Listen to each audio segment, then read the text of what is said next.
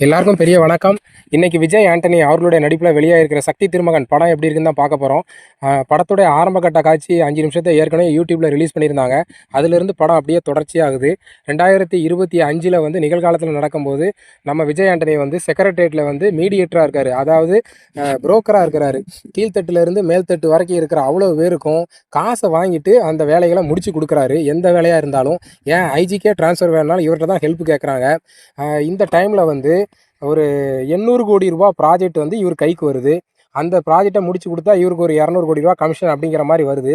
இந்த டைமில் அந்த ப்ராஜெக்டை முடிச்சு கொடுக்கும்போது இவர் ஒரு சிக்கலில் மாட்டிக்கிறாரு. அப்போ வந்து நம்ம வில்லன் வந்து இவன் சாதாரண ஒரு புரோக்கர், இவனால் எப்படி இதை சாத்தியமாச்சு அப்படின்னு யோசிக்கும் போது இவனை பற்றின ஃபுல் ஹிஸ்ட்ரி கலெக்ட் பண்ணிட்டு வாங்க அப்படின்னு சொல்கிறாரு. அப்படின்னு பார்க்கும்போது ஒரு 6000 கோடி ரூபா சொத்தை வந்து சேகரித்து வச்சுருக்காரு நம்ம விஜய் ஆண்டனி. எப்படி இந்த சொத்தை இவன் சம்பாதிச்சான் அப்படின்னு ஒவ்வொன்றா விசாரித்து பார்க்குறது தான் ஃபஸ்ட் ஹாஃபாக இருந்தது. ஃபஸ்ட் ஹாஃபை பொறுத்த வரைக்கும் படம் சூப்பராகவே இருந்துச்சு என்னோட விஷயம் இல்லை.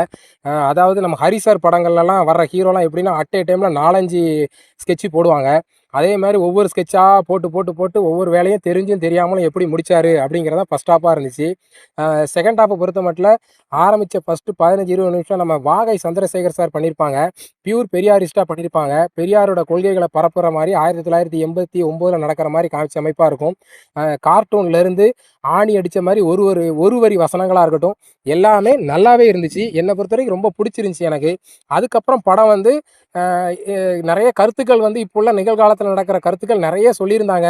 அதாவது ஒரு அரசியல்வாதியை பற்றியாக இருக்கட்டும், கவர்மெண்ட் ஸ்டாஃப்லாம் பண்ணுற விஷயங்களாக இருக்கட்டும், அடித்தட்டு மனிதர்களோட பிரச்சனைகள் எல்லாம் சொன்னதாக இருக்கட்டும், எல்லாமே கருத்தான விஷயங்கள் தான் இருந்துச்சு. ஆனால் இன்னும் கொஞ்சம் நல்லா சொல்லியிருக்கலாமே அப்படிங்கிற மாதிரி எனக்கு தோணுச்சு.